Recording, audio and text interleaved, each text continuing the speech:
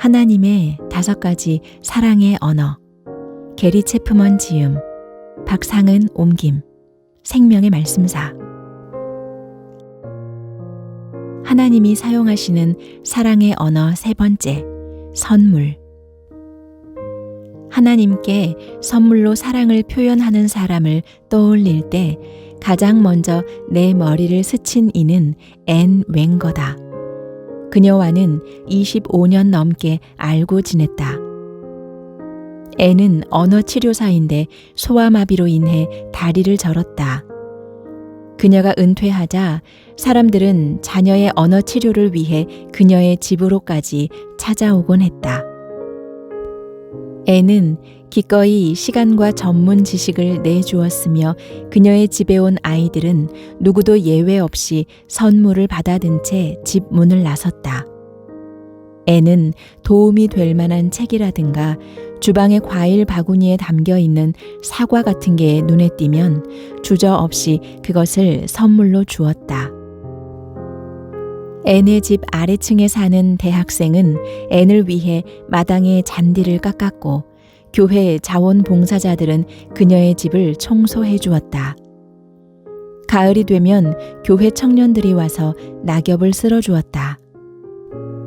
모두들 앤을 위해 무언가를 하고 싶어 했는데 그것은 아마도 그녀에게 선물을 받은 데 대해 보답하고 싶어서였을 것이다. 나 역시 앤과 만나고 나면 손에 무언가가 반드시 쥐어져 있었다. 그녀가 내 상담 사역에 도움이 될 만한 책들을 건네곤 했기 때문이다. 앤이 요양원에 들어가기 몇 주 전 그녀의 집을 마지막으로 방문했을 때가 기억난다. 그녀는 아직 살아있을 때 제 물건들을 나눠주고 싶어요. 실제로 사용할 사람에게 그 물건들이 가기를 바라기 때문이지요. 목사님 아들에게 이 책들을 주고 싶군요. 하고 말하면서 35권으로 된 세계 문학 전집 세트를 가리켜 보였다. 나는 그녀에게 말했다. 앤, 책을 보면 제 아들이 좋아하겠지만 먼저 따님에게 이 책들이 필요하지 않은지 확인해 보시는 게 좋을 것 같군요. 그러자 앤이 고개를 끄덕이며 말했다. 그러네요. 좋은 생각이에요. 엘리자베스에게 물어볼게요. 그로부터 2주 후에 앤이 전화를 걸어와 그 책들을 가져가라고 했다. 요양원에 가서도 앤에 베푸는 습관은 사라지지 않았다. 그때쯤 앤에게는 남아있는 물건이 거의 없었지만 내가 그녀의 방을 나서려 하자 그녀는 여기 이 로션을 캐롤린에게 갖다 주세요. 아마 쓸 수 있을 거예요. 하고 말하면서 작은 로션 병을 건넸다. 아마도 누군가에게서 받은 것이었을 것이다. 베풀기를 좋아하던 앤 웽거는 그녀에게서 애정어린 선물을 받은 수백 명의 사람들의 기억 속에 남아있다. 지난 25년간 앤은 그녀가 경험한 하나님의 사랑에 대해 깊은 애정을 담아 말하곤 했다. 그녀는 하나님을 위대한 시혜자로 보았다. 다른 사람들에게 주는 그녀의 선물은 하나님의 사랑이 그녀를 통해 반영된 결과였다. 내게 영감을 준 또 다른 시혜자는 20세기의 실업가 R.G. 르투르노다. 엔지니어이자 사업가인 르투르노는 대단히 성공적인 중장비 회사를 세워 2차 세계대전의 비밀 병기로 불린 굴착기를 만들었다. 그는 부유한 사업가였지만 수입의 90%를 기부한 자선가로도 잘 알려져 있다. 르투르노는 하나님을 사업 파트너로 삼기로 했다. 그는 원래 선교사가 되려고 했지만 교회 목사님으로부터 하나님은 목사나 선교사와 마찬가지로 사업가도 필요로 하신다는 말을 듣고 생각을 바꿨다. 그리하여 대공황 시절 10만 달러의 채무가 있는 상황에서 교회의 선교 사업에 $5,000를 헌금하기로 약정했다. 1930년대 중반 그가 운영하는 작은 공장이 번창하기 시작했다. 그는 빚을 다 갚았으며 그러고도 남는 돈이 50만 달러에 이르는 것을 알고는 아내 이블린에게 우리는 좀 더 해야 해 하고 말했다. 뭘 말이에요? 이블린이 물었다. 르트루노는 구약의 사람들이 수입의 10분의 1을 하나님께 드렸다며 이렇게 덧붙였다. 이제 우리는 의무적으로 드릴 필요가 없어. 이건 순전히 자발적인 거야. 다만 하나님이 우리에게 하신 것을 생각하면서 감사하는 마음으로 더 많이 드려야 해. 르트루노 부부는 회사 주식의 절반을 재단에 기부했다. 또한 회사 연수익의 절반을 재단에 기부하고 개인 수입의 절반을 전 세계의 기독교 단체에 기부하기로 했다. 그는 변호사에게 말했다. 재단을 하나 설립했으면 합니다. 하나님의 영광을 위해 일하는 종교단체와 선교단체, 교육단체를 후원하는 재단이요. 법률적인 문제는 잘 모르지만 재단의 기금이 회사나 개인의 목적을 위해 사용되지 않도록 해주세요. 결국 르트루노는 회사 주식의 90%를 재단에 기부하고 개인 수입의 90%를 기독교 단체에 기부했다. 또한 기독교 캠프 1곳과 기독교 대학 2곳, 그리고 수백만 달러가 소요되는 2건의 선교 프로젝트를 지원했다. 르투르노의 삶은 한마디로 기부였다. 그의 가장 큰 기쁨은 기부를 통해 하나님의 일을 하는 데 있었다. 1942년 회사의 순수익이 처음으로 200만 달러에 달하자 르투르노는 10만 달러의 빚을 진 상황에서 5천 달러의 선교 헌금을 약정한 기억을 떠올렸다. 누군가 그때보다 지금 더 행복하신가요? 하고 질문하자 그는 이렇게 대답했다. 어쩌면 더 감사할지 모르겠습니다. 우리가 하고자 했던 일들을 할 수 있도록 하나님이 도우셨으니까요. 하지만 더 행복하냐고요? 우리는 그때도 주님을 위해 일했고 지금도 주님을 위해 일합니다. 이런 종류의 행복은 200만 달러의 수익으로 더하거나 살 수 있는 게 아닙니다. 르투르노의 많은 동료들은 그의 기부가 너무 과하다고 여겼지만 주된 사랑의 언어가 선물인 사람들에게 그것은 전혀 이상한 일이 아니다. 르투르노에게 기부는 세상에서 가장 합리적인 일이었다. 그는 인생의 모든 것을 하나님의 선물로 보았다. 시간도 소중히 다뤄야 할 하나님의 선물이었다. 언젠가 그는 이렇게 말했다. 당신이 내 돈을 낭비한다면 그것은 그리 심각한 문제가 아닙니다. 돈은 다시 벌 수 있으니까요. 하지만 내 시간을 낭비한다면 그건 돌이킬 수 없습니다. 젊은 시절에 르투르노는 대중 연설을 기피했지만 만년에는 수십만 명 앞에서 연설을 했는데 그의 연설은 늘 다음과 같은 말로 시작했다. 저는 하나님이 축복하신 기술자일 뿐입니다. 은혜로 구원받은 죄인에게 하나님이 복을 주셨습니다. 은혜에 해당하는 헬라어의 문자적 의미는 공로 없이 얻는 호의다. 르투르노는 자신이 무의미한 삶에서 하나님과 동역하는 보람찬 삶으로 구원받았다고 여겼다. 그는 하나님의 은혜로 16살 때 경험한 내적 평화를 다음과 같이 설명했다. 번개처럼 어떤 깨달음이 찾아온 것은 아니었다. 그냥 주님께 나를 구원해 달라고 기도했고 그러던 중 누군가의 임재를 느꼈다. 무슨 소리가 들리거나 한 것은 아니었다.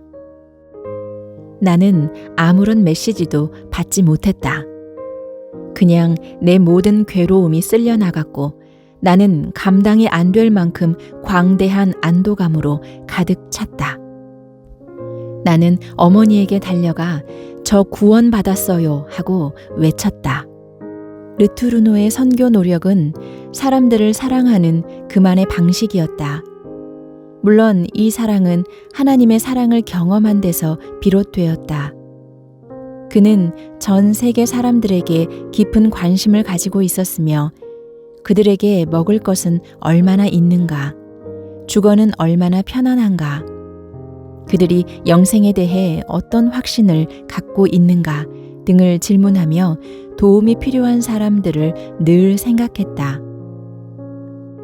R.G. 르투르노가 인생의 모든 것을 하나님의 사랑 표현으로 여겼다는 것을 안다면 그가 왜 다음과 같이 말했는지 이해할 것이다. 문제는 내가 하나님께 얼마를 드리느냐가 아니라 하나님의 돈을 내가 얼마나 보관하고 있느냐다. 가장 좋은 선물을 주시는 분, 하나님. 르투르노가 경험한 위대한 시혜자 하나님을 우리는 성경에서 발견할 수 있다. 히브리어로 기록된 성경 첫 장에는 다음과 같은 구절이 나온다. 하나님이 자기 형상, 곧 하나님의 형상대로 사람을 창조하시되 남자와 여자를 창조하시고. 창세기 1장 27절 말씀. 하나님이 이르시되 내가 온 지면에 씨 맺는 모든 채소와 씨 가진 열매 맺는 모든 나무를 너희에게 주노니 너희의 먹을거리가 되리라. 또 땅의 모든 짐승과 하늘의 모든 새와 생명이 있어 땅에 기는 모든 것에게는 내가 모든 푸른 풀을 먹을거리로 주노라 하시니 그대로 되니라. 하나님이 지으신 그 모든 것을 보시기에 심히 좋았더라. 창세기 1장 29절로 31절 말씀. 창조 당시 위대한 시혜자인 하나님의 모습을 성경 마지막 장에 나오는 예수 그리스도의 재림과 새로운 시대의 시작에 대한 묘사와 비교해보라. 보라, 내가 속히 오리니 내가 줄 상이 내게 있어. 나는 알파와 오메가요, 처음과 마지막이요, 시작과 마침이라. 자기 두루마기를 빠는 자들은 복이 있으니 이는 그들이 생명나무에 나아가며 문들을 통하여 성에 들어갈 권세를 받으려 함이로다. 나는 다윗의 뿌리요 자손이니 곧 광명한 새벽별이라 하시더라. 성령과 신부가 말씀하시기를 오라 하시는도다. 듣는 자도 오라 할 것이요 목마른 자도 올 것이요 또 원하는 자는 값없이 생명수를 받으라 하시더라. 요한계시록 22장 12절로 14절, 16절로 17절 말씀. 성경 전체에 걸쳐 하나님은 스스로를 선물 주시는 이로 계시하신다. 모세는 하나님에 대해 이렇게 말했다. 하나님이 너를 사랑하시고 복을 주사 너를 번성하게 하시되 네게 주리라고 네 조상들에게 맹세하신 땅에서 내 소생에게 은혜를 베푸시며 내 토지 소산과 곡식과 포도주와 기름을 풍성하게 하시고 내 소와 양을 번식하게 하시리니. 신명기 7장 13절 말씀. 확실히 하나님은 고대 이스라엘 백성과 사랑의 관계를 맺으셨다. 하나님은 그들에게 의미 있고 보람 있는 삶을 위한 지침을 주셨고 이스라엘 백성은 그 지침을 따름으로써 여호와에 대한 신뢰와 사랑을 표현했다. 그런 그들에게 하나님은 애정어린 선물을 쏟아 부으셨다.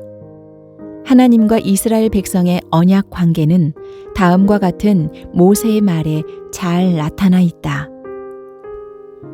내가 오늘 너희에게 명하는 내 명령을 너희가 만일 청종하고 너희의 하나님 여호와를 사랑하여 마음을 다하고 뜻을 다하여 섬기면 여호와께서 너희의 땅에 이른 비, 늦은 비를 적당한 때에 내리시리니 너희가 곡식과 포도주와 기름을 얻을 것이요 또 가축을 위하여 들에 풀이 나게 하시리니 네가 먹고 배부를 것이라.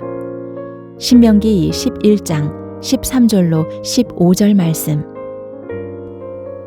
선물을 통해 표현되는 이 같은 사랑의 관계는 개인적인 차원에서도 찾아볼 수 있다. 하나님은 이스라엘의 젊은 왕 솔로몬에게 내가 네게 무엇을 줄고 너는 구하라 하고 말씀하심으로써 사랑을 표현하셨다. 이에 솔로몬은 나의 하나님 여호와여, 주께서 종으로 종의 아버지 다윗을 대신하여 왕이 되게 하셨사오나 종은 작은 아이라 출입할 줄을 알지 못하고 누가 주의 이 많은 백성을 재판할 수 있사오리이까. 듣는 마음을 종에게 주사 주의 백성을 재판하여 선악을 분별하게 하옵소서 라고 청했다. 위대한 시혜자인 하나님은 솔로몬의 대답을 기뻐하며 말씀하셨다. 자기를 위하여 장수하기를 구하지 아니하며 부도 구하지 아니하며 자기 원수의 생명을 멸하기도 구하지 아니하고 오직 송사를 듣고 분별하는 지혜를 구하였으니 내가 네 말대로 하여 네게 지혜롭고 총명한 마음을 주노니 네 앞에도 너와 같은 자가 없었거니와 내 뒤에도 너와 같은 자가 일어남이 없으리라. 내가 또 네가 구하지 아니한 부귀와 영광도 네게 주노니 내 평생에 왕들 중에 너와 같은 자가 없을 것이라. 열왕기상 3장 11절로 13절 말씀. 히브리 노래 중에는 앞서 묘사한 것과 마찬가지로 위대한 시혜자 하나님을 찬양한 노래가 많다. 예를 들어 시편 5장 12절은 여호와여, 주는 의인에게 복을 주시고 방패로 함같이 은혜로 그를 호위하시리이다 라고 노래한다. 하나님을 사랑하는 자에게 선물을 쏟아부어 주시는 사랑의 하나님에 대한 묘사는 신약에서도 계속된다. 많은 사람들은 성경 메시지가 요한복음 3장 16절 한 구절로 요약될 수 있다는데 동의한다.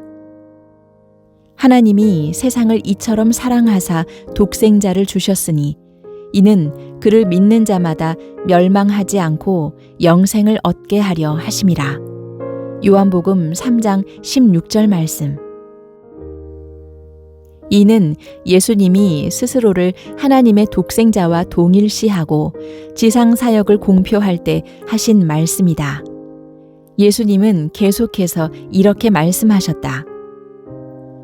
하나님이 그 아들을 세상에 보내신 것은 세상을 심판하려 하심이 아니요 그로 말미암아 세상이 구원을 받게 하려 하심이라. 아버지께서 아들을 사랑하사 만물을 다 그의 손에 주셨으니 아들을 믿는 자에게는 영생이 있고 아들에게 순종하지 아니하는 자는 영생을 보지 못하고 도리어 하나님의 진노가 그 위에 머물러 있느니라. 요한복음 3장 17절, 35절로 36절 말씀. 구하라, 그리하면 받으리니. 예수님의 가르침에는 하나님이 그분을 사랑하는 사람들에게 좋은 선물을 주고 싶어 하신다는 개념이 녹아 있다. 예수님은 예루살렘에서 잡히기 전에 제자들에게 말씀하셨다. 조금 있으면 너희가 나를 보지 못하겠고 또 조금 있으면 나를 보리라. 내가 아버지께로 감이라.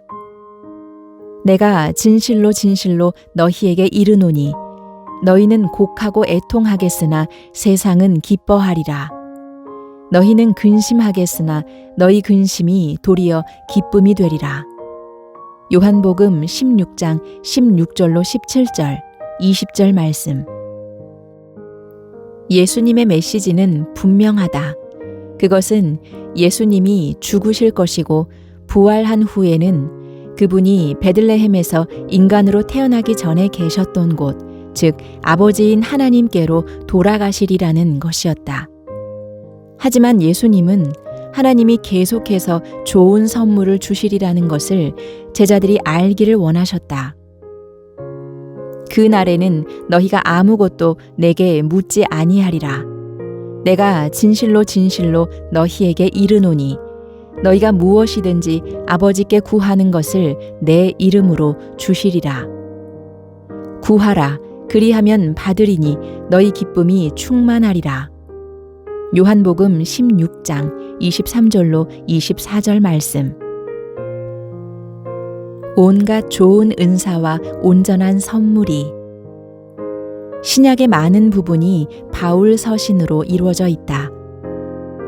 바울은 다소의 사울, 즉 그리스도교를 초기 단계에서 억누르려 했던 교육 잘 받은 유대인 열심 당원으로 삶을 시작했다. 그는 유대 신앙에 해가 된다고 생각한 것들을 없애는데 열심이었다. 그러나 그리스도께 돌이킨 이후 그는 열정적인 사도가 되어 예수님이 바로 이스라엘의 선지자들이 예언한 메시아이며 그분 안에 영생이 있다고 선포했다. 바울의 메시지는 하나님과 인간 사이의 사랑에 기초한 언약 관계를 반영한다. 그는 이렇게 썼다.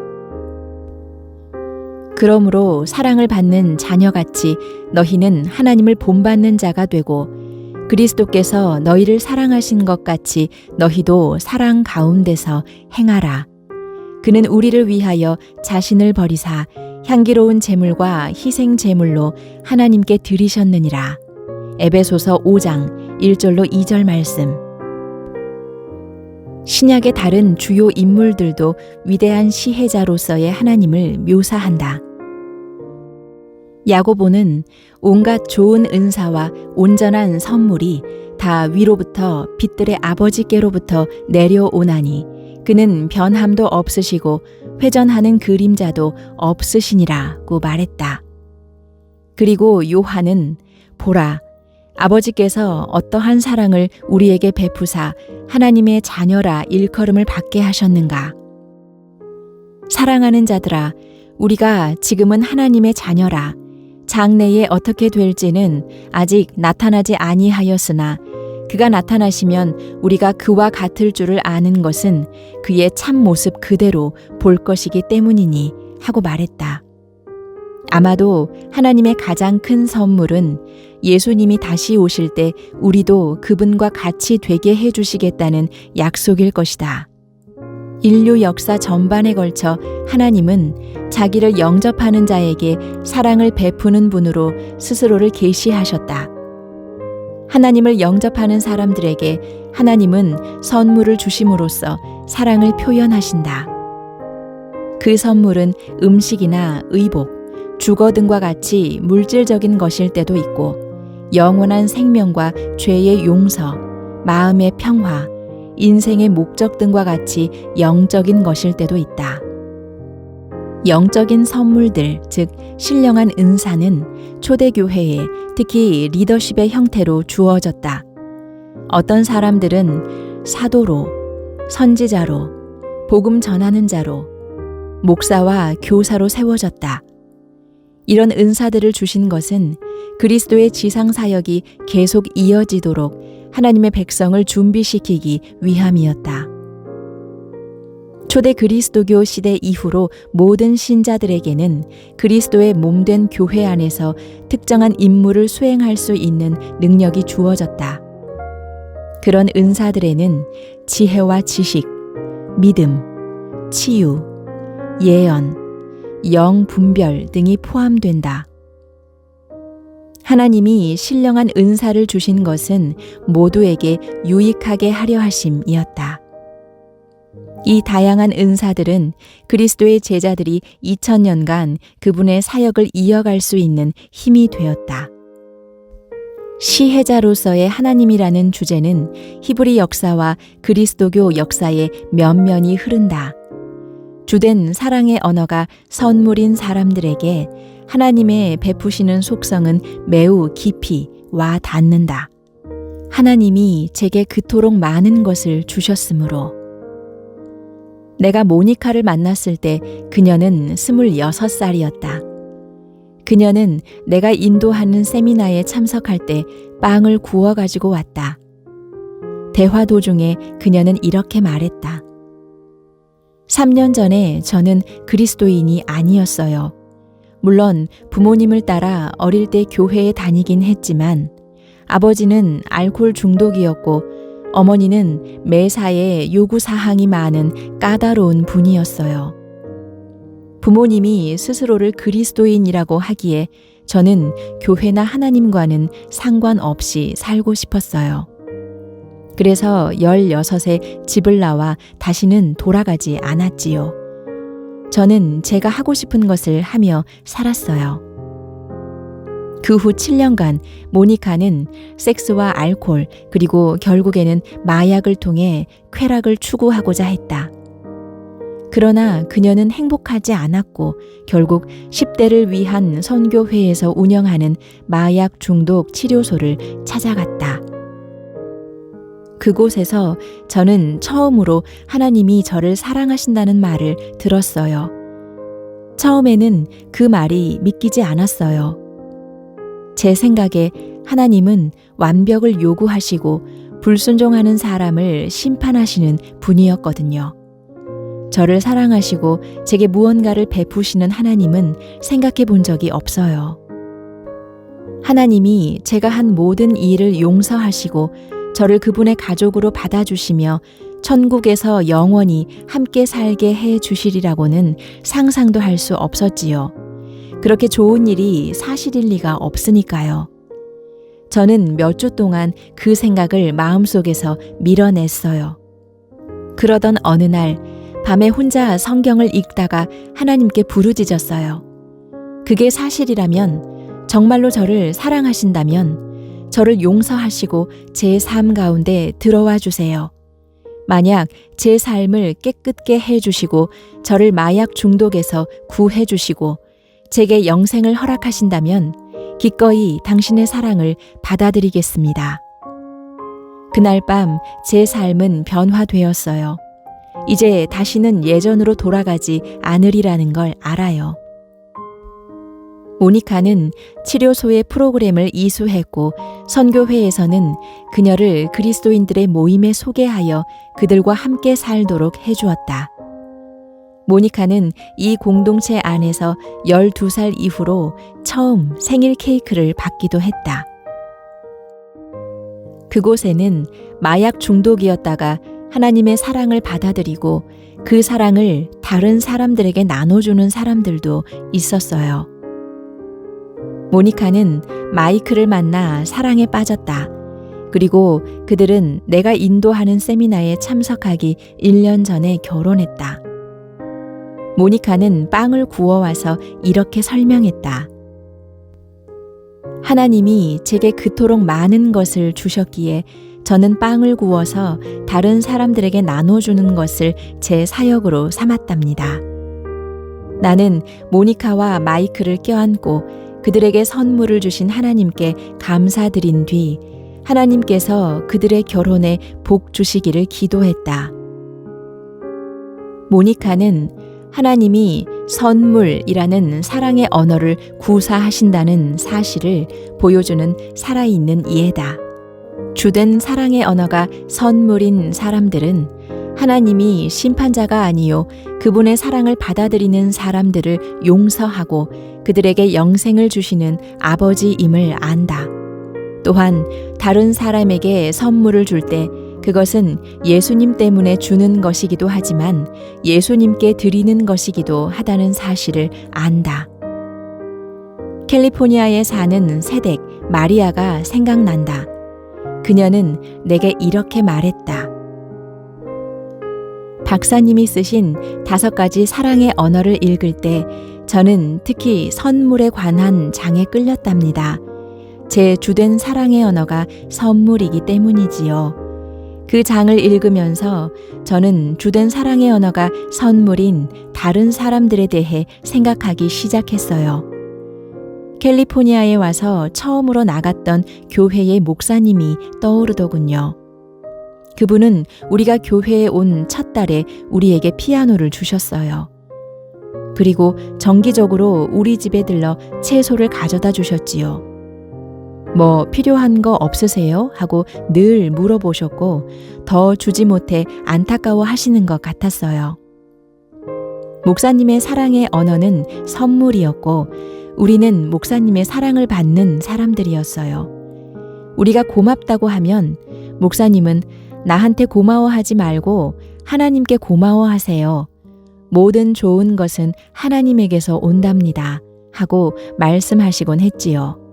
마리아가 다니던 교회의 목사님이 교인들에게 주었던 선물은 하나님을 향한 그의 사랑의 표현이었음에 틀림없다. 우리가 대화를 나눌 수 있었다면 그 목사님은 아마 다음과 같은 예수님의 말씀을 인용하지 않았을까 싶다. 그때에 임금이 그 오른편에 있는 자들에게 이르시되 내 아버지께 복받을 자들이여 나와 창세로부터 너희를 위하여 예비된 나라를 상속받으라. 내가 줄일 때에 너희가 먹을 것을 주었고 목마를 때에 마시게 하였고 나그네 되었을 때에 영접하였고 헐벗었을 때에 옷을 입혔고 병들었을 때에 돌보았고 옥에 갇혔을 때에 와서 보았느니라. 이에 의인들이 대답하여 이르되 주여 우리가 어느 때에 주께서 줄이신 것을 보고 음식을 대접하였으며 목마르신 것을 보고 마시게 하였나이까? 어느 때에 나그네 되신 것을 보고 영접하였으며 헐벗으신 것을 보고 옷 입혔나이까? 어느 때에 병드신 것이나 옥에 갇히신 것을 보고 가서 뵈었나이까? 하리니 임금이 대답하여 이르시되 내가 진실로 너희에게 이르노니 너희가 여기 내 형제 중에 지극히 작은 자 하나에게 한 것이 곧 내게 한 것이니라 하시고 마태복음 25장 34절로 40절 말씀. 하나님이 선물을 주시는 이유. 하나님의 사랑의 선물은 어떻게 주어지는가? 어떤 선물은 모든 이에게 주어진다. 일출과 일몰, 보슬비와 봄꽃, 새소리, 사계 같은 것들이 그러하다. 시편 기자는 노래했다.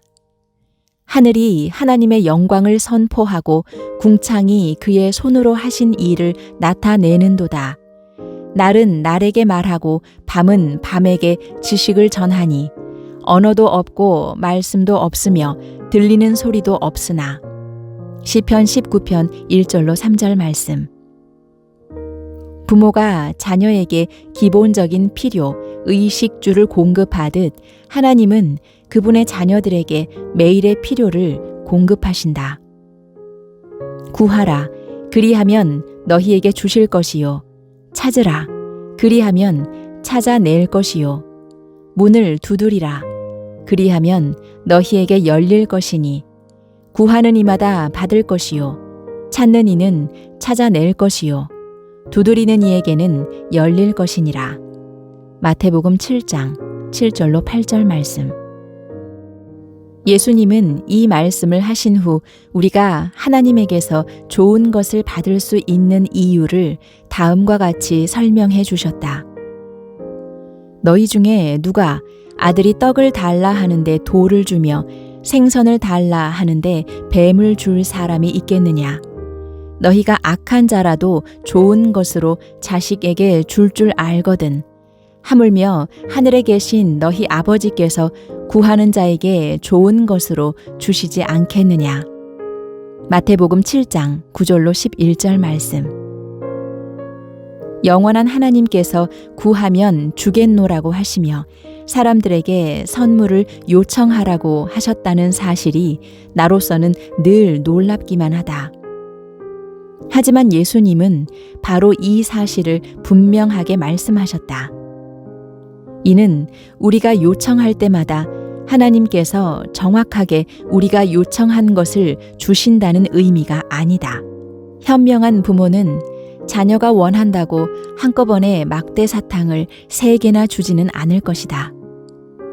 하나님이 약속하신 것은 우리가 구할 때 좋은 것을 주시겠다는 것이다.